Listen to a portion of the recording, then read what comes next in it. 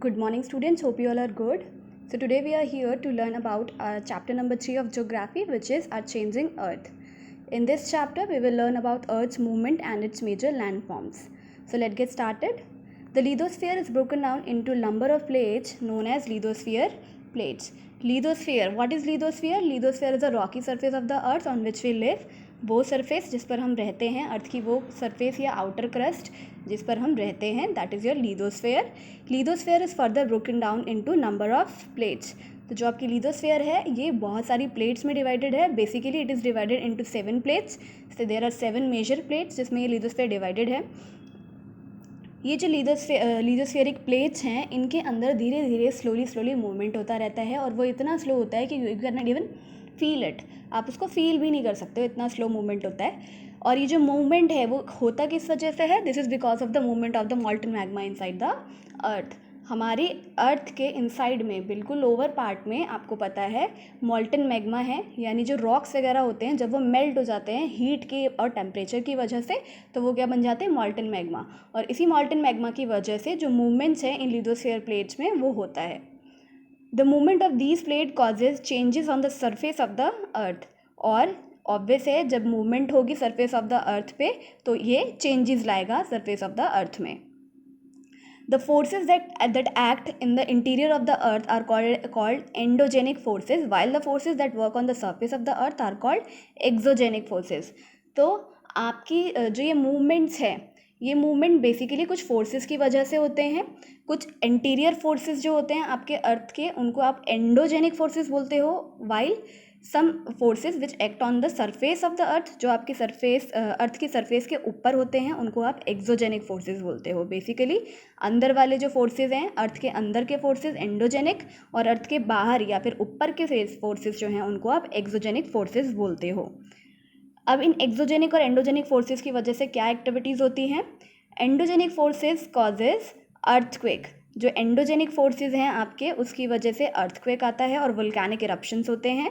इसके अलावा exogenic forces जो हैं आपके यानी जो फोर्सेस सरफेस ऑफ द अर्थ काम करते हैं उनकी वजह से आपका weathering, erosion, deposition and gradation का प्रोसेस होता है. Now what is weathering? Weathering is the breaking up of the rocks on the earth crust. अर्थ की क्रस्ट पे जो रॉक्स होते हैं जब वो टूटते हैं ब्रेकिंग अप होता है उनमें तो इट इज़ कॉल्ड weathering. ठीक है, यहाँ पर आपको कुछ पिक्चर्स शो किए हुए हैं. This is a picture showing earthquake. जब आपके एंडोजेनिक फोर्सेस वर्क करते हैं अर्थ पे, अर्थ की सरफेस पे, ठीक है, यानी तो आपके अर्थ की सरफेस पे क्या एक्टिविटीज़ होती है? वोल्केनिक इरप्शंस और अर्थक्वेक होते हैं एंडोजेनिक फोर्सेस की वजह से. यानी जब आपके प्लेट्स में मूवमेंट होगी और वो मूवमेंट जब तेज़ होती है मतलब उनकी इंटेंसिटी जब तेज़ होती है तो आप उसको अर्थक्वेक बोलते हो. और यहाँ पर आपको एक अर्थक्वेक का एग्जाम्पल शो कर रखा है. Next is volcanic eruption. Volcanic eruption कैसे होता है? जब मॉल्टन मैग्मा जो है उसमें टेम्परेचर और हीट इंक्रीज़ होती है तो वो ब्लास्ट करता है और एक वोल्केनिक वेंट यानी मुंह का फेस ले लेता है और यहाँ से आपका ब्लास्ट होता हुआ नजर आता है. ये आपका वोल्केनो है. Next is erosion. What is erosion? Erosion is the breaking away of the landscape by different agents like water, wind and ice. Erosion क्या है? जब आपकी जो वीदरिंग ने क्या किया? उसने चट्टानों को ब्रेकअप किया यानी रॉक्स जो हैं उनको ब्रेकिंग अप कर दिया. अब इसके अलावा वो जो रॉक्स जो टूटी हुई हैं वो रॉक्स जब वाइंड, वाटर, आइस इन तीनों एजेंट्स के थ्रू एक जगह से दूसरी जगह पर शिफ्ट होंगी तो उसको आप क्या बोलोगे? इरोजन. तो इरोजन की प्रोसेस में क्या होता है? ब्रेकिंग अवे यानी कोई भी चीज़ जो है रॉकी पार्टिकल्स जो हैं वो टूटते भी हैं और साथ में दूसरी जगह पर शिफ्ट हो जाते हैं with the help of these agent wind, water and ice. Sudden movement like earthquake and volcanoes cause most destruction over the surface of the earth. हमारे अर्थ की सरफेस पे जो सडन मूवमेंट्स होते हैं यानी भूकंप अचानक से आता है तो सडन मूवमेंट्स जो होते हैं जैसे कि आपके अर्थक्वेक या वोल्केनोज ये सबसे ज़्यादा डिस्ट्रैक्शन करते हैं सरफेस ऑफ द अर्थ पर. अर्थ की सरफेस पर सबसे ज़्यादा डिस्ट्रैक्शन करने वाले दो एक्टिविटीज़ हैं. Now what is volcano? A volcano is a vent in the earth's crust through which molten material erupts suddenly. volcano एक वेंट होता है, एक ओपनिंग होती है, एक माउथ जैसा होता है जहाँ से आपका जो मॉल्टन मटेरियल है अर्थ की क्रस्ट के अंदर में लोअर पार्ट में जो आपका मॉल्टन मटेरियल होता है वो जब बाहर आता है तो वो किसके थ्रू बाहर आता है? एक वेंट के थ्रू बाहर आता है जिसको आप क्या बोलते हो? Volcano. Next is what is earthquake? The vibration in the plates of the earth is called an earthquake. Earthquake क्या है? हमारी जो लिथोस्फेरिक प्लेट्स हैं इनमें जब वाइब्रेशन होती है, और वाइब्रेशन क्यों होती है? मॉल्टन मैग्मा की वजह से ये मूवमेंट है एक तरह से। तो ये जो वाइब्रेशंस हैं हमारी प्लेट्स में, अर्थ की लिथोस्फेरिक प्लेट्स में, इसको आप क्या बोलते हैं? इन वाइब्रेशंस को अर्थक्वेक बोलते हो। Okay, so next is the place in the crust where the movement start is called the focus. Earthquake जब आता है, अर्थक्वेक में वो प्लेस, वो जगह जहाँ से आपकी मूवमेंट स्टार्ट होती हैं उसको आप क्या बोलते हो? फोकस। तो फोकस बेसिकली क्या है? वो पॉइंट जहाँ से आपकी मूवमेंट स्टार्ट हुई। The place on the surface above the focus is called the epicentre. अगर आपकी सपोज मैंने यहाँ पर एक पॉइंट बनाया है, अगर ये फोकस है, अगर यहाँ से आपकी मूवमेंट स्टार्ट हुई है तो इसके आसपास का जो भी एरिया है, इससे ऊपर का जो भी एरिया है, उसको आप क्या बोलोगे? इसका एपीसेंटर बोलोगे। ठीक है। It is measured by seismograph. What is measured by seismograph? Earthquake. Earthquake जो है वो सीस्मोग्राफ एक इंस्ट्रूमेंट है, ये इसके थ्रू आप अर्थक्वेक को मेजर करते हो। And the intensity is measured by Richter scale. और जो इसकी इंटेंसिटी है, यानी अर्थक्वेक कितना तेज़ आया था, कितना धीमे आया था, जिसकी इंटेंसिटी है वो हम किस स्केल पर मेजर करते हैं? रिक्टर स्केल पर मेजर करते हैं। Although earthquake cannot be predicted, the impact can certainly be minimized. हालांकि हम इसका अर्थक्वेक को प्रेडिक्ट नहीं कर सकते, ऐसा कोई भी टेक्नोलॉजी अभी तक नहीं आया जिसकी हेल्प से हम अर्थक्वेक को प्रेडिक्ट कर सके, बट इसका जो इम्पैक्ट है, इसका जो डिस्ट्रक्शन है, उसको हम मिनिमाइज़ कर सकते हैं बाय टेकिंग प्रिकॉशनल मेजर्स। ठीक है। अच्छे से प्लानिंग करके, अच्छे से तैयारी करके घर इस तरह से बनाएं, घर को अच्छे से बिल्डअप करके हम अपना ये बचा सकते हैं, अर्थक्वेक से खुद को बचा सकते हैं। So next point is major landforms. The landscape are continuously worn away by the two processes, weathering and erosion. weathering and erosion. So जो हमारी लैंडस्केप है इसमें वॉर्न अवे मतलब जो लैंडस्केप है उसमें या तो इंक्रीजमेंट होना या डिक्रीजमेंट होना, ये दो प्रोसेस के थ्रू होता है, which is weathering and erosion. weathering क्या है? weathering is breaking down of the rocks on the surface, on the earth surface. अर्थ की सरफेस पे जो रॉक्स हैं जब वो ब्रेकिंग अप होते हैं तो उसको आप weathering बोलते हो। erosion क्या है? जब ये ब्रेकिंग अप जो रॉक्स हैं आपके, वो डिफरेंट एजेंट्स जैसे कि वाइन, वाटर और आइस के थ्रू एक जगह से दूसरी जगह पर शिफ्ट कर दिए जाते हैं, तो इसको आप erosion बोलते हो। Now we will learn about work of these different agents, यानी जो डिफरेंट एजेंट्स हैं जो कि इरोजन में हेल्प करते हैं, वाइंड, वाटर एंड आइस। अब हम इनके डिफरेंट वर्क पढ़ेंगे कि ये क्या वर्क करते हैं। इनकी वजह से, रिवर की वजह से, आइस की वजह से और वाइंड की वजह से लैंड फॉर्म्स में कौन कौन से चेंजेस आते हैं। So first we will learn about work of a river. When the river tumbles at a steep angle over hard rock or down a steep valley side, it forms a waterfall. आपकी river जो है वो 3 courses में बहती है, upper course, middle course and the lower course. तो upper course में जब आपकी रिवर बहती है तो इसमें 2 लैंडफॉर्म्स बनते हैं, interlocking spurs and second is rapids and waterfalls. ये आपके 2 नेचुरल वो हैं, इवेंट्स हैं। So first of all upper course में आपका इंटरलॉकिंग स्पर्स बनते हैं। इंटरलॉकिंग स्पर्स क्या हैं?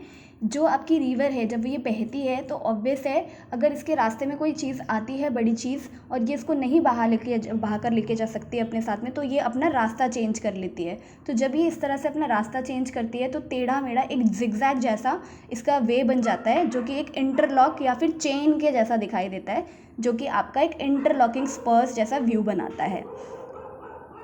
Next is waterfall. वाटरफॉल कब बनते हैं? जब आपकी रिवर जो है वो स्टीप एंगल से नीचे गिरती है। स्टीप एंगल से यानी जो तेज़ ढाल होती है उनसे नीचे गिरती है हार्ड रॉक्स में, तो आपका क्या बनता है? Waterfall. As the river enters the plain it twist and turns forming large bends known as meanders. कि जो 2 नेचुरल सिनेरियोज हैं, interlocking spurs and rapid and waterfalls, ये मैंने बता दिया आपको। सेकंड, जब मिडिल कोर्स में बहती है आपकी रिवर, मिडिल कोर्स में जो आपकी रिवर है वो ज़्यादा एरिया में बहती है, ठीक है, और यहाँ पर भी इरोजन होता है, तो यहाँ पर आपके फिर से 2 नेचुरल इवेंट्स बनते हैं, मिएंडर्स एंड ऑक्सबो लेक। तो मिएंडर्स क्या है? As the river enters the plain, it twists and turns, forming large bends known as meanders. तो जैसे ये प्लेन्स में, प्लेन्स क्या होते हैं, जो लेवल लैंड्स होते हैं जिनमें ऊंचा नीचाई नहीं होती है, बिल्कुल प्लेन होते हैं। तो जब ये प्लेन्स में पहुंचती हैं आपकी रिवर मिडिल कोर्स के थ्रू, तो ये बहुत लार्ज एरिया में बहती है क्योंकि इसको बहुत स्मूथ रास्ता मिलता है, ठीक है। और तब ये थोड़ा सा बेंड भी करती है, ट्विस्ट करती है और टर्न लेती है। तो इन ट्विस्ट और टर्न से जो आपकी शेप बनती है उसको आप बोलते हो meanders. Here is a picture of meanders. Meanders क्या है, ये आपका पूरा प्लेन दिखाई दे रहा है। इस पूरे प्लेन में आपकी जो रिवर है वो बहती रहती है। ये पूरा आपका प्लेन है, ठीक है, ये पूरा पिक्चर आपका प्लेन है। और जैसे आप देख रहे हो ये रिवर ऐसे बेंड होते हुए आ रही है। तो इसको जहाँ से भी रास्ता मिलता है ये वहाँ से बेंड होती भी आती है। तो इसके जो ये बेंड्स हैं ये क्या बनाते हैं, ये मीएंडर्स बनाते हैं। तो बेसिकली ये जो सिनारियो बन रहा है इसको आप मीएंडर्स बोलते हो। आपके जो ये मीएंडर्स होते हैं इनकी जो शेप है उसको देखकर आपको ऐसा लगता होगा जैसे आपने घोड़े की नाल देखी होगी, होर्स शू देखा होगा, ठीक है। तो उसकी जो शेप होती है वो ऐसी ही होती है, कुछ इस टाइप का शेप होता है उसका भी। तो आपके जो मीएंडर्स हैं इनकी भी शेप कुछ उस तरह से ही होती है। तो इनको होर्स शू लाइक लूप्स भी बोलते हैं। इसके बाद जब आपके ये जो होर्स शू हैं यानी ये जो लूप्स हैं आपके, इनमें थोड़ा सा टकराव आता है, यानी ये आपके रिवर से अलग हो जाते हैं टाइम के साथ साथ। टाइम के साथ साथ क्या होता है, ये आपके रिवर से अलग हो जाते हैं और तब ये आपकी ऑक्सबो लेक बनाते हैं। अब जैसे आपको यहाँ पर दिख रहा होगा इस वाले पर्टिकुलर बैंड में कि यहाँ पर एक लाइन सी बन रही है ना, कि रिवर ने अपना जो वे है उसको थोड़ा सा चेंज करके एक बिल्कुल होर्स शू जैसा शेप बना लिया है। जब यहाँ से ये रिवर का रास्ता ब्लॉक हो जाएगा तो ये क्या हो जाएगा, ये वाला जो पर्टिकुलर एरिया बना है या पर्टिकुलर आपका रिवर का वाटर साइकिल बना है ये अलग हो जाएगा। तो ये आपका क्या बनाएगा, ऑक्सबो लेक। ऑक्सबो लेक मतलब ये ऑक्सबो क्या होता है आपका, जो धनुष जैसा आपका शेप बनाएगा। धनुष भी आपका डी शेप में होता है ना, तो डी शेप में जो आपकी लेक बनती है उसको आप ऑक्सबो लेक कहते हो। और ये लेक आपके मीएंडर्स यानी मिडिल कोर्स में बहने वाली रिवर से जब हट जाते हैं, अलग हो जाते हैं, तब आपके ये ऑक्सबो लेक्स बनते हैं। Next is lower course. Lower course में जब आपकी रिवर बहती है सबसे लास्ट वाले मुकाम पर, यानी जब वो सी में मिलने वाली होती है तब वो फ्लड प्लेन्स में बहती है। फ्लड प्लेन क्या होता है, फ्लड प्लेन आपके तब बनते हैं जब आपकी रिवर में फ्लड आता है। रिवर में फ्लड आने की वजह से जो सारा एरिया है वो फ्लड प्लेन में कन्वर्ट हो जाता है।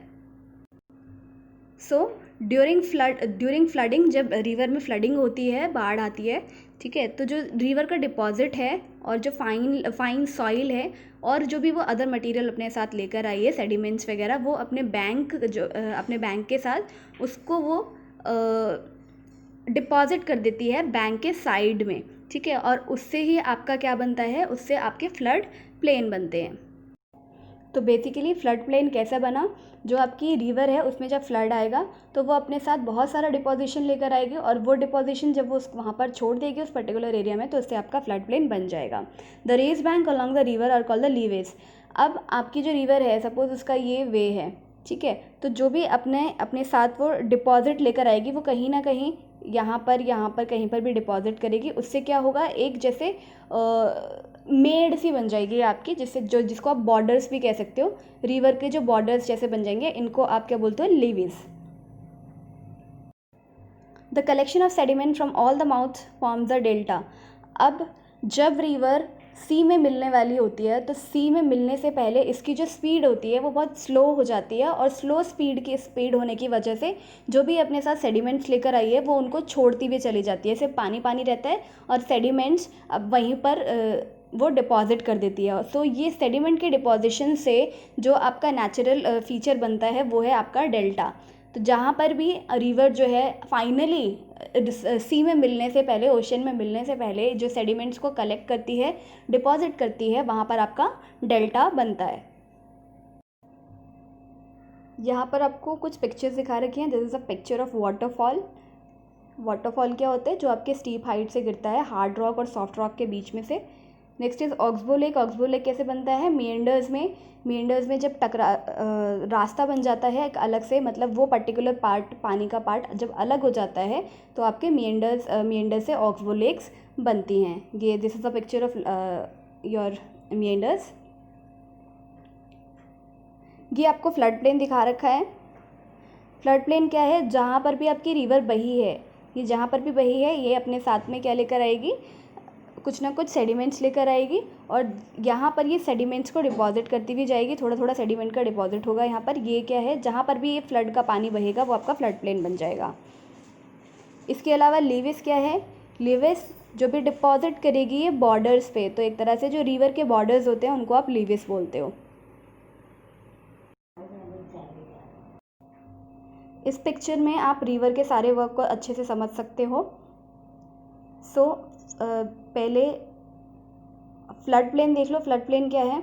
जिस भी एरिया में जो रिवर है जब ये प्लेन्स में बहती है, यानी जब इसका जो भी पानी आता है जहाँ पर भी बहेगा वो आपका फ्लड प्लेन कराएगा। जब स्पीड में पानी आएगा मतलब फ्लडिंग होती है तो आपका जो भी पानी वाला एरिया होगा वो आपका फ्लड प्लेन होगा। इसके अलावा मेंडर्स कब बनते हैं आपके? जब ये रिवर जो है ये बेंड लेती है, जब ये मुड़ती है तो आपके मेंडर्स बनते हैं। जब इसी तरह का कोई बेंड जब पूरी रिवर से अलग हो जाता है, इस तरह का कोई बैंड जब आपकी मेन रिवर से अलग हो जाता है तो आपका एक्सबो लेक बनता है। ठीक है। और लेविस क्या है? आपके इन रिवर्स का जो बॉर्डर है, इन रिवर्स का जो बॉर्डर होता है उसको आप लेविस बोलते हो। Next is work of sea waves.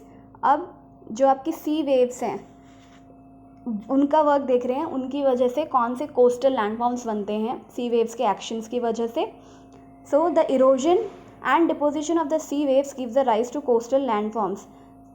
C waves जो इरोजन और डिपोजिशन करती हैं, आपको पता है जैसे रिवर की वेव्स होती हैं, रिवर में पानी होता है, रिवर में लहरें होती हैं, वैसे ही आपके सी में भी लहरें होती हैं, वो भी वाटर है एक तरह से। तो ये भी अपने साथ इरोजन और डिपोजिशन का प्रोसेस करते हैं, चट्टानों को अपने साथ लेकर आते हैं। ऑब्वियस है जो आपका ओशियन है उसमें भी बहुत सारा सेडिमेंट वगैरह होता है, तो जब ये सीज इस तरह के सारे मटेरियल को इरोड करके दूसरी जगह पर शिफ्ट करते हैं और डिपॉजिट करते हैं तो इससे आपके कोस्टल लैंडफॉर्म्स बनते हैं। Due to sea waves hollow caves are formed on the rocks, they are called sea caves. Rocks पर आपको पता है कि सी के अंदर भी बहुत सारे चट्टानें होती हैं, बहुत सारे माउंटेन जैसा कुछ होता है, हिल्स जैसा होता है। ठीक है। तो जब सपोज़ एक माउंटेन है और सी वेव्स आ रही हैं, सी वेव्स इस पर एक्शन करेंगी, सी वेव्स बार बार इससे टकराएंगी इस माउंटेन से, तो क्या होगा? ये इसको नीचे से इरोड करना स्टार्ट करेंगी, यानी इसके नीचे के पार्ट से इसको इरोड करेगी। वेव्स इसके नीचे के पार्ट से इरोड करेगी और धीरे धीरे जो इसके नीचे का पार्ट होगा वो इरोड होकर समुद्र में मिलने लग जाएगा, सी में मिलने लग जाएगा। तो आपको कैसा दिखाई देगा? यहाँ पे जैसे कुछ टूटा टूटा सा दिखाई देगा और वो एक केव की शेप जब ले लेता है तो आप इसको सी केव बोलते हो। ठीक है। तो आप इसको सी केव बोलते हो। As cavity become bigger in size only the roof of the caves remains thus forming sea arches. जब ये कैविटीज़ यानी जो ये होल होने लगा था इसके अंदर, इस रॉक के अंदर, जब ये और ज़्यादा बढ़ जाता है, ठीक है, और सिर्फ इस रॉक की रूफ रह जाती है, सिर्फ इस तरह का कुछ आर्टिकल आपका स्ट्रक्चर रह जाता है, सिर्फ रूफ रह जाती है, तो इसको आप बोलते हो सी आर्क्स। ठीक है। ये आपको आर्क जैसा दिखाई दे रहा होगा, जैसे आप मैथमेटिक्स में आर्क्स यूज़ करते हो, आप आर्क यूज़ करते हो ना ऐसे करके एंगल्स बनाने के लिए, तो ये आर्क जैसा शेप ले लेता है। The erosion further breaks the roof and only walls are left. जब इरोजन और ज़्यादा होता है और ये रूफ्स जो आपकी सी आर्क्स बने थे ये भी टूट जाते हैं, मतलब ये भी यहाँ से टूट जाते हैं इस तरह से, तो आपका क्या बचता है? सिर्फ आपके तो जब आपकी रूफ्स भी टूट जाती हैं तो सिर्फ आपका क्या बचता है? वॉल्स बचती हैं। ठीक है। और इन वॉल्स को आप क्या बोलते हो? Stacks. The steep rocky coast rising almost vertically above sea water is called sea cliff. आपके समुद्र में कुछ रॉकी कोस्ट जैसा जो बन जाता है, रॉकी कोस्ट क्या होता है? किनारा एक तरह से। तो जब कोई रॉक इतनी ज़्यादा फैल जाती है कि वो एक बिल्कुल किनारा जैसा लगता है, उसको आप क्या बोलते हो? सी क्लिफ बोलते हो। यहाँ पर आपको कुछ पिक्चर शो कर रखी हैं। दिस इज सी केव। ये आपका क्या है? ये आपका सी केव है। इट इज़ योर केव।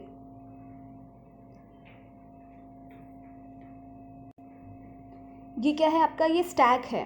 ये स्टैक क्या है? ये सिर्फ आपने देखा कि सी केव बना पहले, यानी कोई रॉक थी, रॉक से क्या बना आपका? सी केव।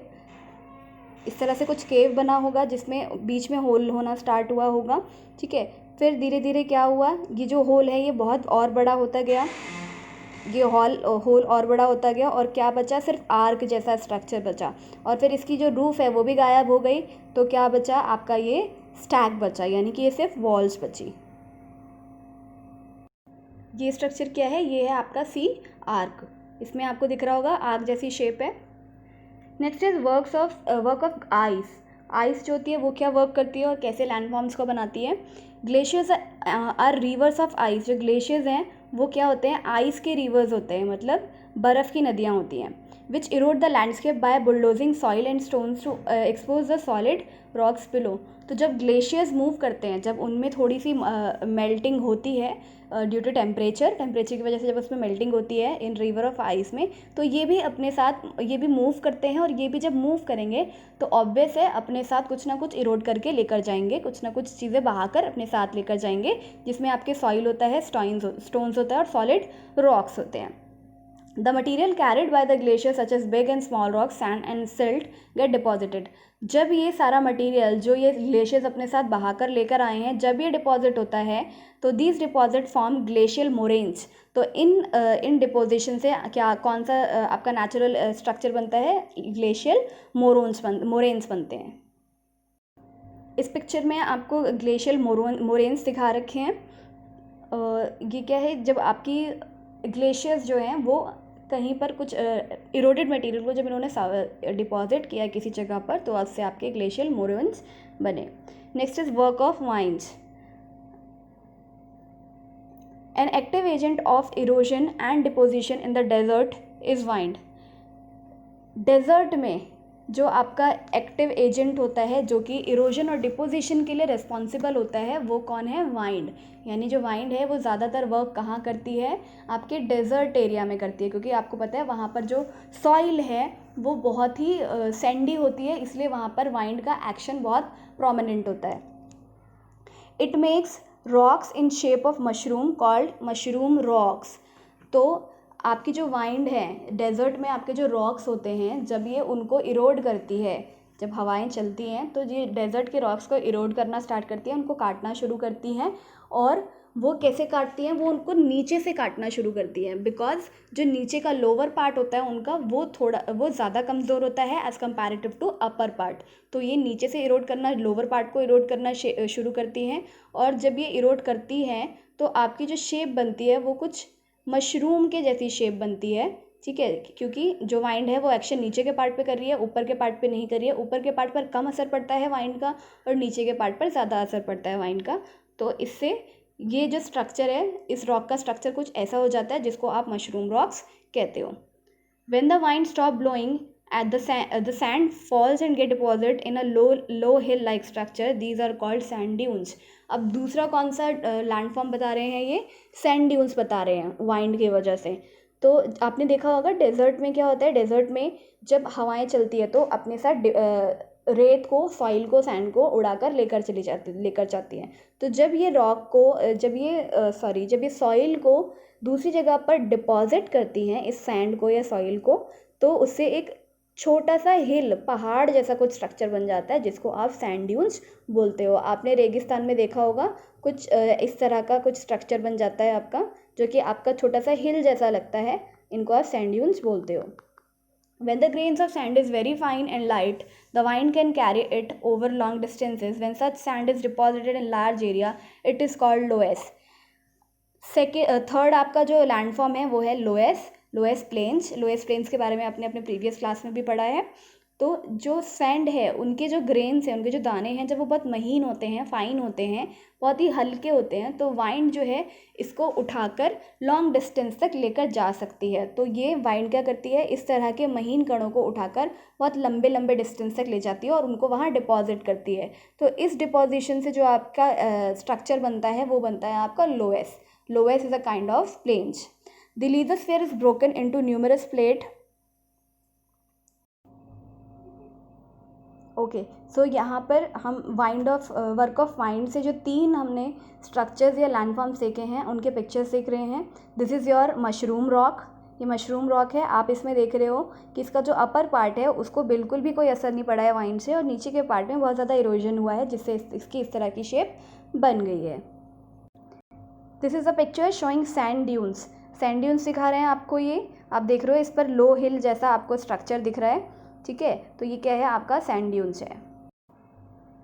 So this is all about your chapter. Your chapter is finished now. Hope you all got it. Thank you for listening. Have a nice day.